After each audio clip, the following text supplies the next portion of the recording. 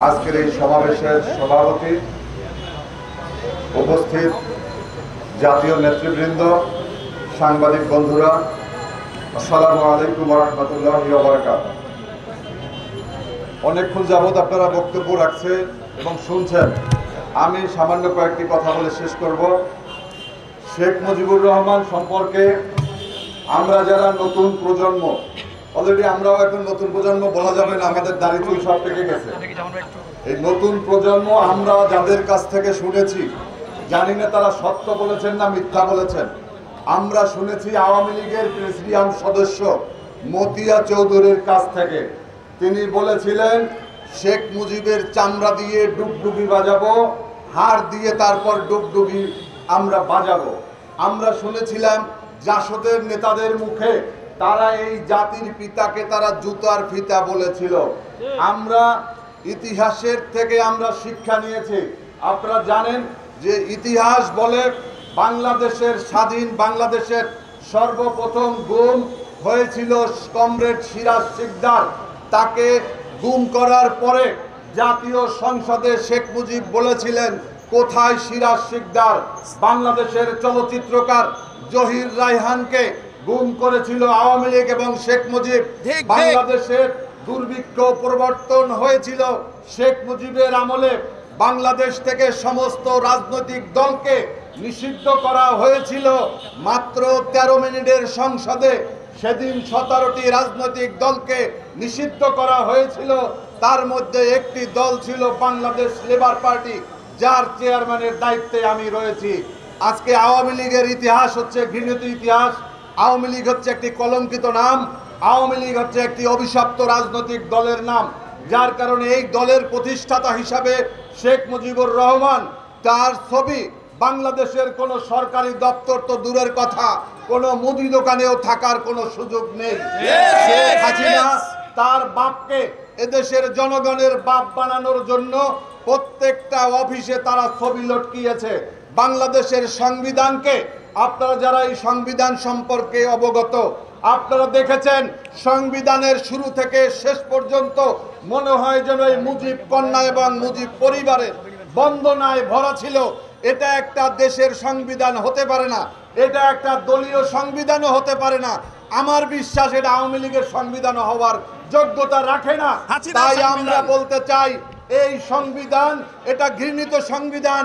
এই সংবিধানকে পরিবর্তনের জন্য আমরা দীর্ঘ 17টি বছর গণতান্ত্রিক যে আন্দোলন করেছি, যার ধারাবাহিকতায় বিগত 5ই আগস্ট ছাত্র জনতার বিপ্লব হয়েছে। এই বিপ্লবের দাবি, আজকে দেওয়াল লিখনের দাবি হচ্ছে এই সংবিধান পরিবর্তন করে জনগণের সংবিধান বাস্তবায়ন করতে হবে। বন্ধুরা, আজকে আমরা আমাদের এখান থেকে একটা 24 ঘন্টার আলটিমেটাম দেওয়া হয়েছে। শুধুমাত্র আলটিমেটাম দিয়েই কিন্তু শেষ করলে হবে না, প্রত্যেকটা অফিসে অফিসে অভিযান চালাতে হবে। শেখ মুজিবের কোনো ছবি কোনো অফিস আদালতে থাকতে পারবে না। শেখ হাসিনা বাংলাদেশ থেকে পালিয়ে গিয়েছে, তার পিতার ছবি মাথায় নিয়ে এখনো যারা অফিস করছেন তাদেরকে বলতে চাই আপনারা কিন্তু আওয়ামী দোসরে পরিণত হবেন। সংগ্রামী বন্ধুরা আমার, আমি আর একটি কথা বলে শেষ করব। আপনারা দেখেছেন এই ডক্টর মোহাম্মদ ইউনূস, যিনি এদেশের গণমানুষের কাঙ্ক্ষিত বিপ্লবের ফসল হিসাবে যিনি আজকে ক্ষমতা গ্রহণ করেছেন, তাকে বলতে চাই ছাত্র জনতার রক্তর পদ্মে আপনি ক্ষমতায় এসেছেন। ক্ষমতায় আসার পরে আপনি আপনার বন্ধু বান্ধবী ক্লাস ফ্রেন্ড আপনার এনজিও কর্মকর্তাদেরকে যেভাবে আপনারা পুনর্বাসন করেছেন, এটাকে বলা যায় এটা একটা এনজিও গ্রামে পরিণত হয়েছে। আজকে আমরা দেখেছি আজকে সেই 26 জন উপদেষ্টার মধ্য দিয়ে 13 জনের বাড়ি হচ্ছে চট্টগ্রামে। আজকে এটাকে চট্টগ্রাম সমিতিও বললে লজ্জা হবে না। আমরা আন্দোলন করেছিলাম এই গোপালগঞ্জের সমস্ত পুলিশ কর্মকর্তার বাড়ি গোপালগঞ্জ, সমস্ত কর্মকর্তা আমলাদের বাড়ি গোপালগঞ্জ। সেখান থেকে গোপালগঞ্জ থেকে আজকে চট্টগ্রাম সমিতি করার জন্য আমার লেবার পার্টির নেতা আবুল মিয়া, ছাত্র মিশন নেতা নাইম হাওলাদার সহ এদেশের হাজার হাজার ছাত্র জনতা তারা শাহাদাত বরণ করে নাই। আজকে এখন পর্যন্ত 3 মাসে আপনাদের সফলতা আমাদের চোখে পড়ে না, তবে একটা সফলতার জন্য আপনাদেরকে ধন্যবাদ না দিলে অকৃতজ্ঞ হয়ে থাকব। এই জঙ্গিবাদী ছাত্রলীগকে নিষিদ্ধ করেছেন, এজন্য অবশ্যই আপনাদেরকে অভিনন্দন জানাই। আপনারা কয়েকটি কমিশন তৈরি করেছেন, এই কমিশন তৈরি করার জন্য আপনাদেরকে অভিনন্দন জানাই। কিন্তু এই যে আলী ইমাম মজুমদারের মতো একটা বানরের বাচ্চাকে শেখ হাসিনার সেই দোসর, সেই 11-এর প্রেতাত্মা, তাকে প্রধান উপদেষ্টার কার্যালয়ে বসিয়ে প্রত্যেকটা দপ্তরে আওয়ামী লীগেরদের যেভাবে পুনর্বাসন করা হচ্ছে, আমরা দেখলাম এই ফারুকীকে উপদেষ্টা করা হয়েছে। ফারুকী তিনি আল্লামা শফিকে তেতুল হুজুর আখ্যায়িত করেছেন। তিনি বাংলাদেশে তার অবদানকে আমরা জানি না, তিনি তার স্ত্রী শেখ মুজিবের স্ত্রীর চরিত্রে অভিনয় করেছেন। কতটা আওয়ামী লীগের দোসর হলে এই জায়গায় চান্স পাওয়া যায়।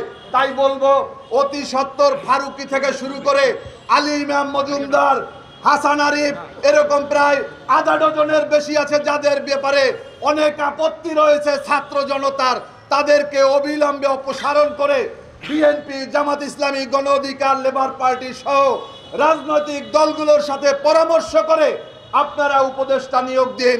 আপনারা তো অন্তর্বর্তীকালীন সরকার, আপনারা যা শুরু করেছেন তাতে মনে হয় যেন আপনারা যুগ যুগান্তর ক্ষমতায় থাকবেন মনে হচ্ছে।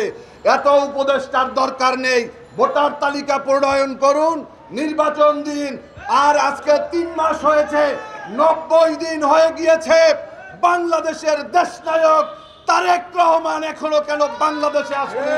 আমরা জানতে চাই তারেক রহমানের নামে মিথ্যা মামলা কেন এখনো প্রত্যাহার হয়নি? তা দেশের জনগণ আমরা জানতে চাই। অবিলম্বে তারেক রহমানকে বাংলাদেশে ফিরিয়ে আনতে হবে।